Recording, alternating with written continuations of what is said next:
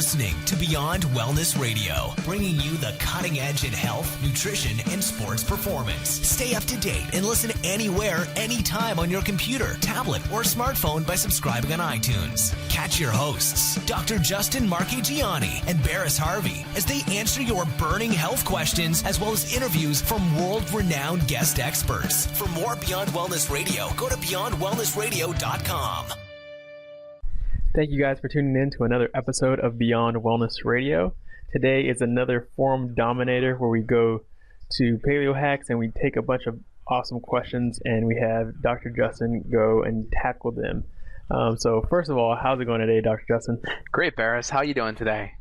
I'm doing very well. Excited to do this. It was a lot of fun doing it last time, so I thought, why not do it again and give people some really good solutions to some of the problems that they're facing. Yeah, and also people can ask their questions individually at beyondwellnessradio.com/questions. That is true. They can put their own personal questions in too. Yeah, definitely, and we can go ahead and answer those for you. So let's just get straight to it. The first question I have here, let me just pull it up because I had it actually backwards.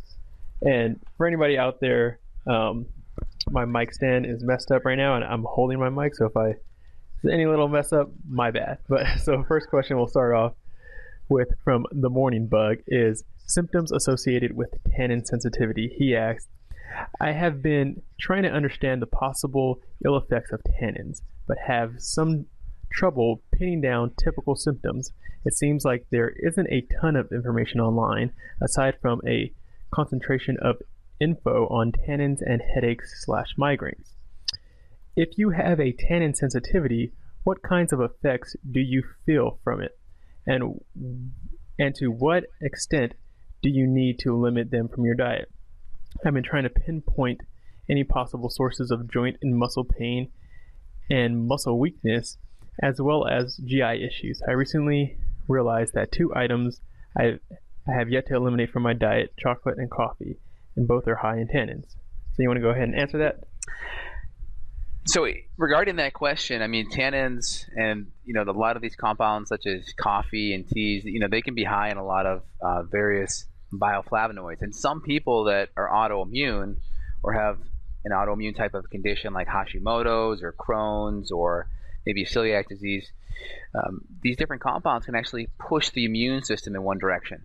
And for most people, it's not going to be a problem, right? So the tannins tend to give that bitterness. It's also known that they can kind of bind up to certain nutrients. They, may have things like oxalates or various phytic acids. Like in the paleo community, we know them as anti-nutrients. Now, for most people, it may not be a big deal because you're getting enough nutrition in your diet. Green tea, I find there's enough benefits by taking that in because you're getting a lot of other good stuff in there too, especially if it's high quality green tea. But for some people, it may push them over the edge if they have an autoimmune condition.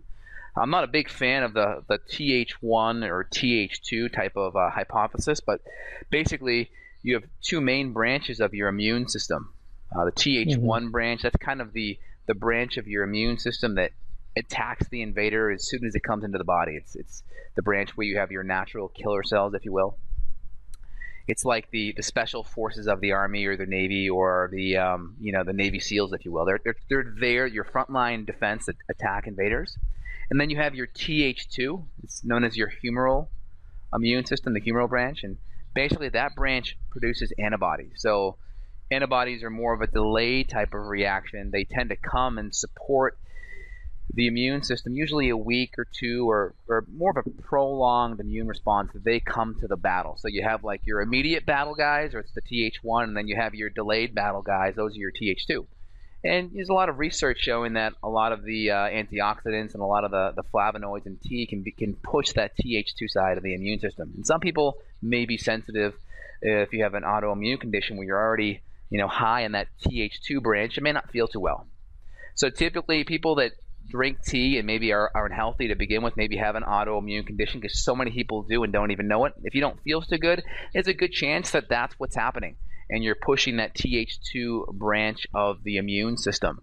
But again, it's really on an individual basis. Get healthy, go autoimmune for a month, autoimmune paleo. So cut out all the nuts, the seeds, the nightshades, cut out the chocolate and the tea and the coffee for a month, and then slowly add things in one at a time every 4 days and see how you feel. I'm much more of a fan of an individualized approach versus a dogmatic approach. Yeah, definitely. And for people wondering what like tannins are, there's a plant compound that can be negative to some people. Usually it's, like you said, it's the bitter part of a fruit sometimes. Like if you're biting into a grape and it has seeds and then you get that bitter taste. Same thing with like tomatoes. That's why sometimes when people cook, they'll remove the seeds because it gives that bitterness. So yeah, for most people, like you mentioned, it's probably not an issue, but if you think you might have a tannin sensitivity, you might just want to go full paleo autoimmune for a minute just to rule out that, just because it's such a small degree. It could be other things that could be also causing these problems. Absolutely. Individualizing, it's important. Not everyone is autoimmune sensitive where it's going to be that much of an issue. I do think the benefit of drinking a little bit of tea outweighs the problem that you may get with tannins. But if you're on the sicker side and you are more of a Th2 dominant person, and I don't think autoimmune conditions should be really put into that simple of a category. Oh, if it's Th1, if you're Th1 dominant, you need to just push the Th2 side. Or if you're Th2 dominant, you need to just push the Th1 side. I think there's a reason why your immune system shifts to one side or the other. And by addressing the diet, addressing stress and blood sugar, and addressing chronic infections, the immune system tends to naturally level out when you take stress off of it. So I'm not a big fan of give an herb or a supplement to push the immune system in one side or the other, but look at a more individualized approach to what's pushing you in that direction versus just this, reductionistic supplement approach. Awesome answer. Hope that helps. So our second question is, well, actually, it's a small question, but it's more of a statement that he wants some extra, confirmation of. So I think it's Brentund asks, paleo diet / lifestyle and sex drive. Do you notice a qualitative or quantitative difference in your sex drive since going paleo? I have been eating mainly paleo for a couple of months and did notice an increased sex drive. I assume it has to do with the increase in saturated fat necessary to synthesize testosterone, decreased inflammation, and better blood circulation from fish oil, etc., as well as an increased consumption of zinc and arginine from meats and nuts. I haven't added resistance training to my regime yet. Does it make a noticeable difference? So the main question, just to summarize it back, he was basically asking about things that he can do to improve the sex drive on top of a paleo diet, or regarding the paleo diet just improving his sex drive. I didn't quite catch the question on that. Okay, so he said that it improved his sex drive, but now he's just mentioning some of the things that he did, why he assumes that it did, and he's kind of looking for confirmation, I believe. Got it. But then also says that he hasn't added resistance training, though, and does resistance training make a noticeable difference? Okay, got it. All right, so when we look at hormones, we look at improving your hormones, and again, there's two kinds of hormones. There's hormones that build you up. These are anabolic hormones, testosterone, progesterone, estrogen, even insulin. And there are hormones that break you down. And those are more of your adrenaline, your catecholamines, your corticosteroids, like cortisol, if you will. So ideally, we're trying to use a paleo type of diet or an anti-inflammatory, low-toxin, nutrient-dense diet. That's really what a paleo diet is, right? It's low toxins, nutrient-dense, anti-inflammatory. We're using that as a way to supply the body with all the substrate and the raw material so we can build ourselves up and heal. And as we start healing and building ourselves back up, we start shifting a lot of our hormonal substrate to these anabolic hormones, just naturally. So we look at providing the raw material, the building blocks. That's where the diet comes in. That's where supplementing with certain nutrient-deficient compounds, like if you're lower in selenium, if you're lower in zinc, if you're low in hydrochloric acid, and you're not able to break down these minerals, you may have a good supply of zinc or a good supply of selenium in your diet, but if you can't break it down and absorb it, there's going to be a problem. If there's a hidden infection inside your tummy or your gut that's keeping your body in a stressed out state, your body's going to be creating lots of corticosteroids to basically put out the inflammation. So imagine your body just shooting out a whole bunch of water out of the fire hose to put out the fire. So we want to make sure we're driving the raw materials part of the system to be able to build back up. So that's the most important thing. So making sure the adrenals are strong. We could easily look at some lab markers looking at DHEA sulfate's a great marker for precursors to these hormones. We can look at free and total testosterone. We can look at a nice cortisol rhythm. We can look at sex hormone binding globulin. We can look at all these markers, and that gives us a good indicator if we're having the right amount of hormonal exposure to give us the ability to build back up. Now, once you have the raw material, the building blocks, the nutrients, the ability to digest and break down things, and you're infection-free, now we can look at the other side of the coin, which is how can we stimulate our hormones more? Now, stimulation typically comes through exercise, right? Really important, though. We don't want to stimulate. We don't want to whip a tired horse. If that horse is already super tired, we don't want to be whipping it a whole bunch with exercise. We want to make sure we choose exercise, ideally, that has a punctuated high intensity, and ideally, something that's fun to do. Doing functional movements is usually great. CrossFit can be good for people that are healthy. CrossFit may be too much stimulation for a good percent of the population, especially if you've been sedentary for a while. So finding the right kind of exercise. If you're new, doing a Tabata can be really helpful because it's that 20-second high intensity to 10-second rest period, and you can easily do that on a non-compression type of movement, like a bicycle or a elliptical. It may not be that functional, but at least provides the stimulation to make more growth hormone and to make more testosterone or progesterone. So those are different ways to do it regarding exercise. Again, it should be customized. If you have more experience, if you're an avid weightlifter or you have experience lifting weights, you can use circuits, you can do functional movements, you can do CrossFit. If you're just starting out, I recommend some type of a peak 8 training or some type of a Tabata where it's a set cardio device where you can use the high intensity as a means to start out. And then once you have more experience, seeking out a good trainer can help you incorporate the movement patterns for optimal health as a longer term means of exercise support. Yeah, definitely. Totally agree. And the simple answer is yes, if you have the energy to do it. There's nothing like heavy deadlifts or a heavy squat. And then you can definitely notice the energetic effect. Of course, not if you're just like beating yourself up, but if you have good form and you do some high intensity deadlifts, you'll definitely notice just the surge of hormonal impact that your body goes through, and absolutely, you feel awesome. Absolutely. Yeah. So focus on the diet side, the sleep side, the food side, and if you're really fatigued, potentially adding in specific herbs, nutrients, and maybe even adding in a little bit of sublingual DHEA may be appropriate, but that's on an individual basis. I can't just say, hey, if you have this issue, do that. You really want to individualize it. Yeah, definitely. All right, question number 3. This is a good one. Nursling, I think is the name, asks, can you use a probiotic capsule as a rectal suppository? I am not sure if I believe that probiotic supplements ever make it past the stomach, much less into the colon. Since starting paleo low carb and stopping caffeine, I am constipated, and fermented foods and drinks and probiotic supplements have done nothing. I eat vegetables and they also don't help. I think the bacteria in my colon is underpopulated, and so I was also wondering if I can use a probiotic supplement as a suppository or enema. This seems like it could go great, or perhaps it could go disastrously wrong. What do you think? So when I deal with patients, one of the first things I have to look at is compliance. So if I have this magic pill, which I don't believe there is any magic pill out there, just so you know, but let's just hypothetically. Unfortunately. I know, I wish, right? So let's pretend we have this magic pill here that really doesn't exist, but for the sake of this conversation, it does. If you can't take that magic pill, you will not get any of the benefit, right?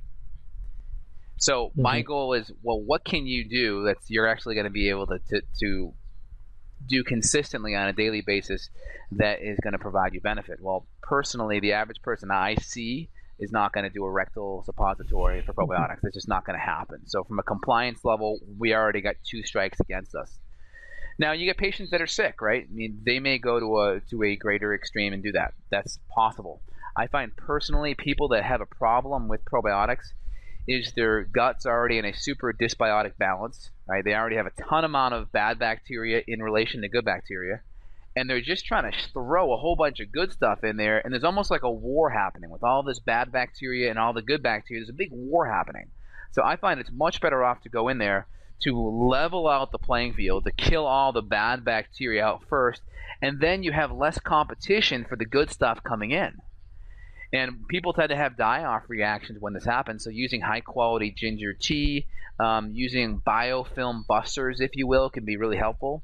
Some really good biofilm busters would maybe be Eleuthero, N-acetylcysteine, Andrographis, monolaurin, oregano oil. These are things that can help basically knock down the biofilms. These are like the protective shields that most of the bacteria and critters in your tummy have. So if we basically the plaque, right? Yeah, I mean, a lot of times these guys can even use metals and stuff, incorporate that into the biofilm. So there's a couple great biofilm busters that may use a chelating agent like EDTA and such to help pull out some of those metals to make that resistant shield that the bacteria may use less potent. Mm-hmm. So kind of recapping things, the analogy that I created that really works well and kind of creates the aha moment with most patients is I actually answer their question with a question. The question is, do you get your car washed first or do you get it waxed first? And then most people, you wash it. But then once I say, well, why? Then it's like, well, you don't want to wax dirt onto the car because then you trap all the dirt underneath the wax, right? Yeah, well, so exactly. It's the same thing with probiotics and a dysbiotic gut. You don't want to just throw a whole bunch of good stuff in because it creates a big problem and you trap it all in there. So you're much better off using biofilm agents, antimicrobial agents, things like ginger as well. Ginger tea can be very powerful. I have a ginger tea recipe that I use that does it great with helping the coagulation and helping the body drain all of these things out and helping with detoxification. And then coming in afterwards, you have a much better chance of adding in some of the good bacteria. And some people are more sensitive, and you may have to use more of a soil-based probiotic. Some I find can do a broad spectrum. It really is on an individual basis. Mm-hmm. Definitely. So that brings up another question that I have. So what do you think about colon hydrotherapy and then doing something like the high dose probiotics on an individual basis? I don't have a ton of experience with colon hydrotherapy. I've spoken to many hydrotherapists and asked them many questions about that. My opinion is I'm not sure what type of effect you're going to have just flushing some water up there regarding pulling or destroying or shifting bacteria levels. I'm not sure how much you can really shift bacteria with a good colon hydrotherapy session. I think you may, if someone's really backed up or chronically constipated, it can be a great way to kind of jumpstart things. I just don't think it addresses the root cause. Now, that doesn't mean it's not therapeutic. It doesn't mean it's not beneficial. I just don't think from an underlying causal standpoint, when you look at what's the mechanism, I don't think it fixes the mechanism. And the mechanism is dysbiotic bacteria, chronic gut infections, lower amounts of good bacteria, and we actually have to fix that. Now, I think if you do that in conjunction with a comprehensive program, I think it's totally fine. But again, I put it out there as a disclaimer. I don't have a ton of experience with that, so I can't really go out on the pedestal and you know, really say no or yes against it. Yeah, exactly. Yeah, same thing here. I was just like curious, like that always comes up, and it's just like I'm not 100% sure. Maybe not, because just like you said, I have those same concerns. Okay. And I'll always tell you too, if I'm not 100% confident, I'll put it out there with a disclaimer because I really want to make sure all the listeners get good quality information. Yeah, definitely. Okay, just to kind of give it a stamp on this one, if this client was, or if this person was like compliant, like I would do something like this every day, would doing a probiotic enema be beneficial? Well, here's the thing. In my opinion, it sounds like the symptoms that this person's having is due to a significant dysbiotic bacteria in the gut. and potentially a gut infection.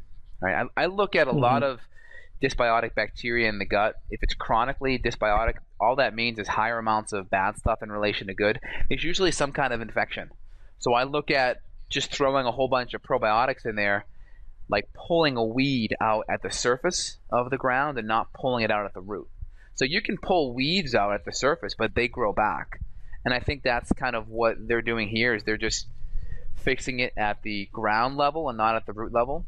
So I think this person would benefit by actually getting to the root, knocking down the infection, making sure the diet's changed so they aren't feeding the bad stuff to come back, and then adding in some of the good stuff, I think. And maybe this person wants to do it rectally. That's fine too.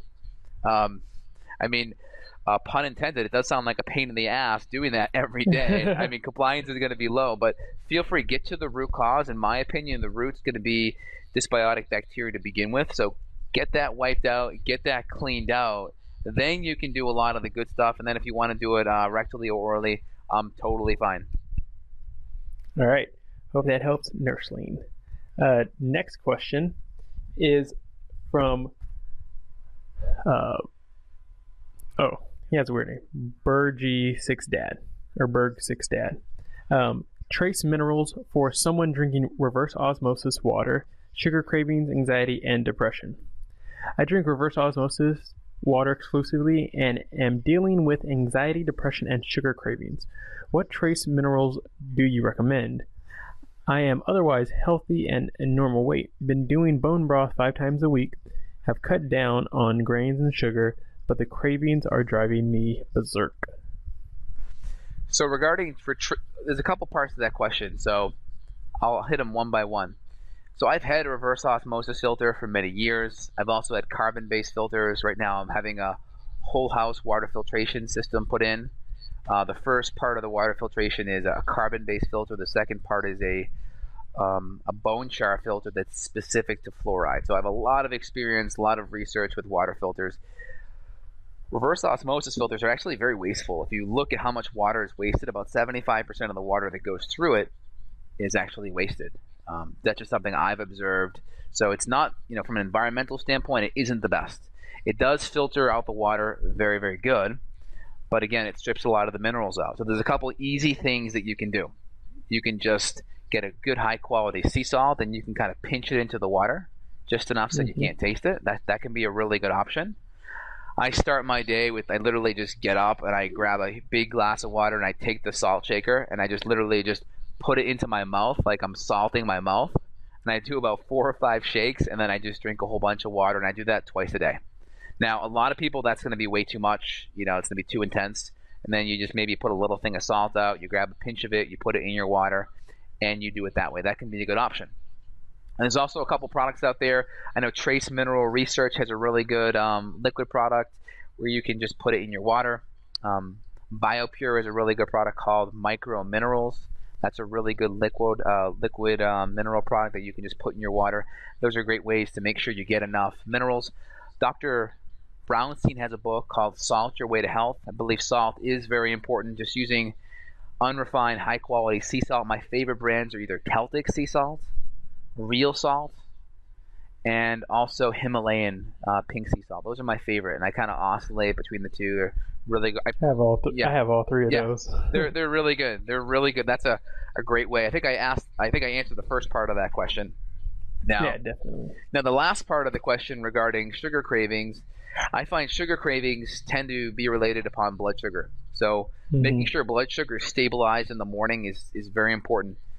Not having good stable blood sugar in the morning, what I mean by that is not putting enough protein, fat, and healthy carbs on the fire, metabolic fire in the morning, can set yourself up for yo-yos.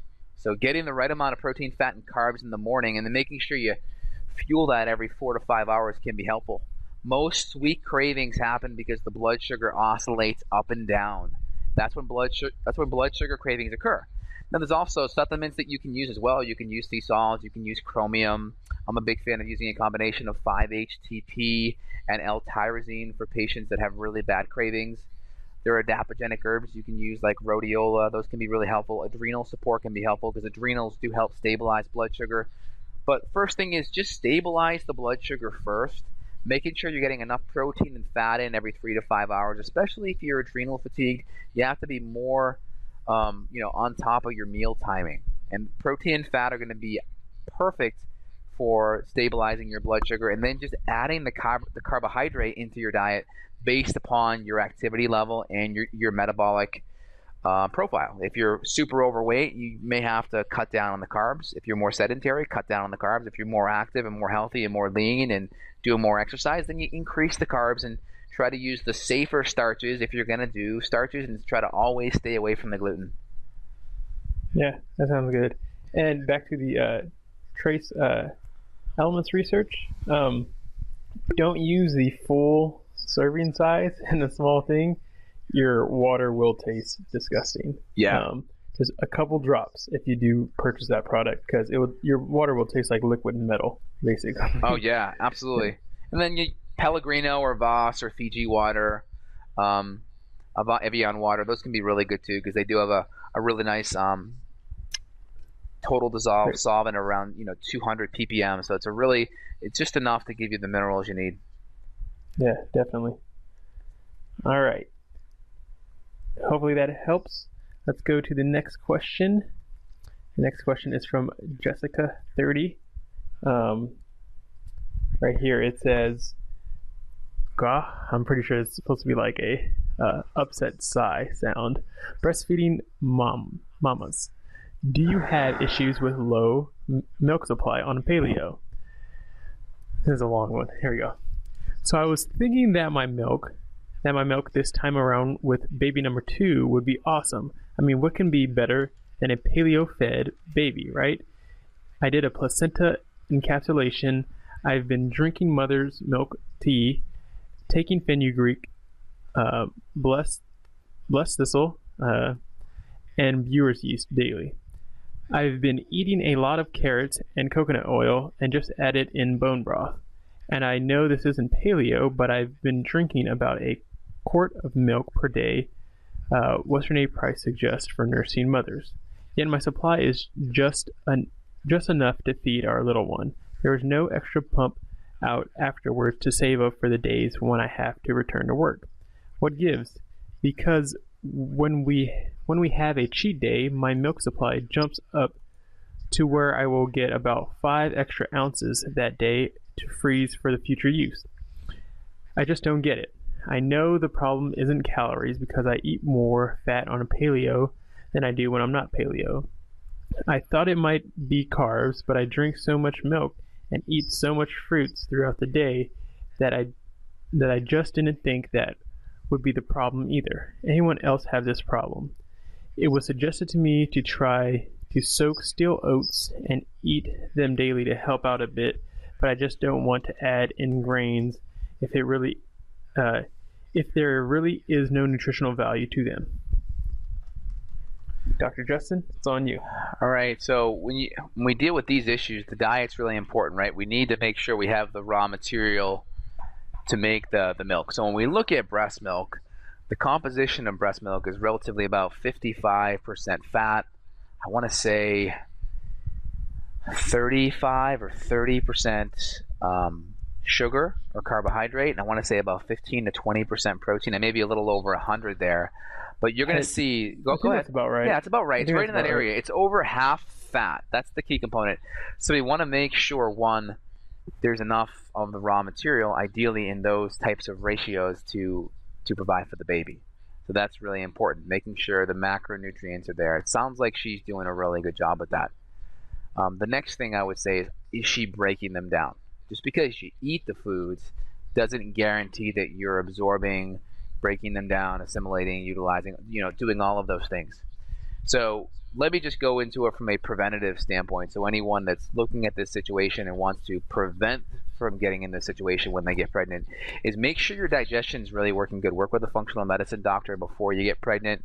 Make sure your digestion's on track. Make sure you're infection free in your digestive tract. Make sure there's no stressors there that could be affecting absorption. Okay, now that being said, this girl's breastfeeding. She's already doing it now, so you don't want to be knocking out any infections. You don't want to be doing any detox stuff while you're breastfeeding. That's disclaimer number one. Now, I would feel comfortable adding in some hydrochloric acid and some enzymes and some bile salts if they're having an issue, just as an insurance policy to make sure that she's breaking everything down. So I would say do the HCl tolerance test, add some hydrochloric acid, add some enzymes, add some bile salts, find out the level that just causes just a little bit of warmness in your tummy, and then back off that per meal. That at least ensures that you're breaking everything down, utilizing it, assimilating it, making sure you're not drinking too much fluid with your meals. Try to hydrate in between meals, and then doing your best to manage stress as much as possible. Those would be the first things. And then obviously doing all the supplement stuff. There are hops, there's fenugreek. Sounds like she's doing some tea. There's some good quality products out there that can be used supplementally outside of the tea that can also be helpful as well, like the fenugreek and the hops. There's a couple products that are really good. Yeah, it looks like she says she's taking the fenugreek and the mother's milk tea. But yeah, that makes a lot of sense that maybe it's just her digestive system not being able to break down the foods properly, because she says she doesn't think that it's a carbs issue or a calories issue. I mean, it might be maybe she actually needs to measure, just because sometimes we might assume that we're eating more fats. But maybe she said on a cheat meal she gets more milk. Well, usually that cheat meal or that cheat day, she's going to be eating more processed foods, and those processed foods are already broken down because they're processed, and she's using more of those energy sources. There's not going to be more nutrition in there, but it could be the same way, like you mentioned. Maybe her body is just having a hard time breaking down more of the paleo kind of foods. Yeah, so if I were her, if she was my patient, what I would recommend, Herb Farm makes a really good lactation tonic that's an herbal tincture. I would do that. Yeah. That's fenugreek, it's fennel, it's got some chaste tree in there. Vitanica makes a really good lactation blend. So I would make sure she has enough therapeutic herbs outside of just the tea. I would do that as well. I would experiment with upping her carbs. I mean, I would keep the fat up there, but I'd also try upping the carbs a little bit. I'd add some more sweet potatoes, add some more healthy starches, and see what happens. I would make sure the digestion's there, make sure the enzymes, the bile salts, especially if she has a history of digestion issues, or if she gets gassy or bloaty or belchy at all, that's a sign that that needs to be addressed. So digestion, making sure the right foods are there, using the right supplements at a therapeutic level, and then just tweaking the carbs. All right. I mean, my approach is very individualized, so I'm not going to say high carb, high fat, low fat. I do believe the fat should be higher when you're pregnant. There's research that the fetus will literally act like a magnet and potentially pull fat out from the mother's brain. And it's possible that postpartum depression is caused by a lack of fat being pulled out by the fetus and the baby. So I do believe that the fat should be a primary part of the diet. I would even add organ meats in, bone marrow, collagen, all of those good things, and get it dialed in and just experiment. Try it for a week. See what happens. Take a food journal. Notate what you're doing. Make sure you're consuming enough calories. There's a couple apps out there. MyFitnessPal's another one. LoseIt.com is another one. Just make sure you're consuming enough calories, and not just for you, but for you and your baby too. Yeah, definitely.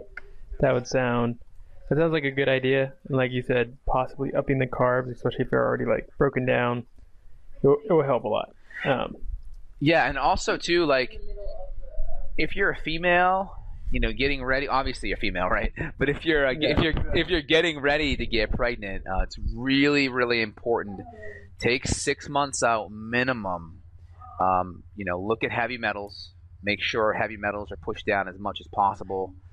Before heavy metals, look at your adrenals, look at hormones, look at gut function. Always take care of that before you go into any crazy detoxification, whether it be with chemicals or heavy metals. Make sure the gut's working good, digestion's working good. Make sure your adrenals are strong, and then take a look at heavy metals and or detoxification pathways. And then once you're there, then you can go into pregnancy. I think you'd have a decreased chance of having these problems, but you got them now, so this is what I would at least do from a conservative thing. It's not going to hurt your child. Okay, definitely. Sounds good. Last but not least question. Oh, and I want to say Roger. one more thing on that. Sorry to cut you off. Oh, yeah, no problem. And let's say you're a female, you've exhausted all of your options, Like you're doing the supplements, you're managing stress, you're trying to do sleep, you're drinking enough quality water throughout the day, minimum half your body weight in ounces. You're getting the fat in, you're adding the enzymes, you're adding the extra supplements, and now you're still having a problem. Well, continue to do your best, but at the same standpoint, there are good formulas that you can make at home, whether you're using raw goat's milk. There's a couple of Weston A. Price formulas that involve you combining liver with cod liver oil and raw goat's milk or raw cow's milk. Raw goat's milk tends to have a better profile for pregnant women. It just tends to be more similar to our breast milk. So just keep that in mind. Even if you've exhausted all your options, you've spoken with someone from the La Leche League or a lactation consultant, do your best to get your kid breast milk. If you can, purchase someone else's breast milk. It's that important. I would look into that. You can literally buy breast milk from other women. I'm not sure the exact process. I've never had to go that, but I know it's an option. Talk to a lactation consultant. Worst off, you can use these formulas to make your own breast milk. Do not go the conventional formula route. I would do everything you possibly can to avoid that route. At the worst case scenario, use a Weston A. Price formula to make your formula. Definitely.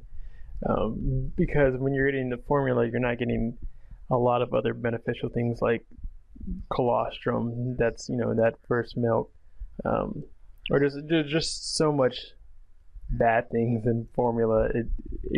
We could use a whole nother podcast just for talk about how bad formula is. And again, women that are healthy hormonally, they're going to have they're going to be in better shape hormonally to produce milk, right? Oxytocin is stimulated by nipple sensation. So the baby latching onto the nipple stimulates oxytocin.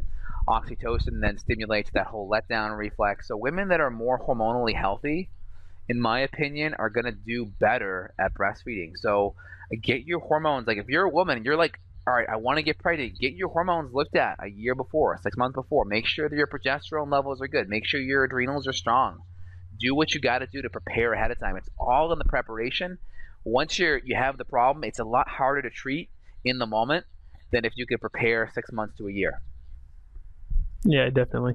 One thing that I guess I thought of because we were talking about the broken down foods, would just because they would benefit easy bioavailable way to get nutrients, would taking like a meal replacement or a high quality like a protein powder, might that be beneficial to get in more nutrients just because it lactation is a very calorie intensive process? I think that could definitely be beneficial. If the woman's more autoimmune, though, you may want to go with a more hypoallergenic pea protein. If you're pretty healthy, you could probably add in some high quality grass-fed whey protein, and you can mix up the proteins. I think that's a very good option, getting some free-form amino acids in there. Adding in some hydrolyzed collagen can be really helpful too. Absolutely. Yeah, definitely.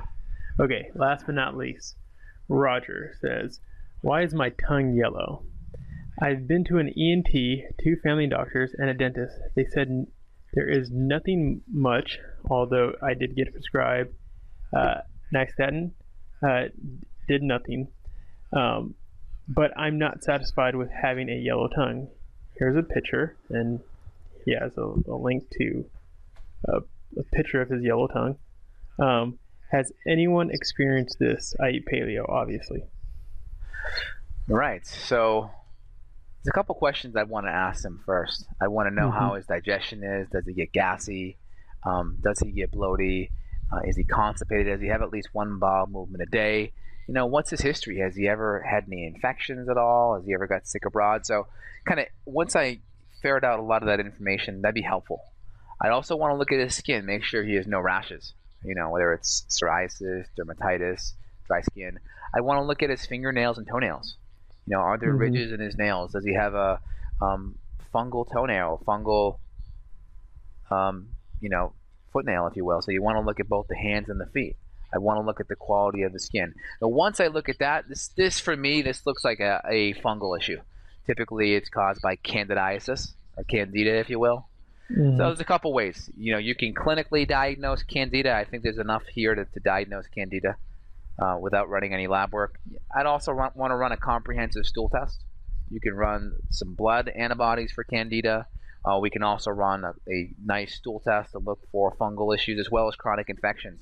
Now, some people that have chronic fungal issues, it can be driven by just having a chronic gut infection, whether it's a bacterial infection or a parasitic infection. So a lot of times the fungus may be like the weed, right? You're ripping the weed out at the surface and you're not quite ripping it deeper at the root. So looking and making sure that the root is being pulled out. And for some people, it may just be an isolated fungal issue.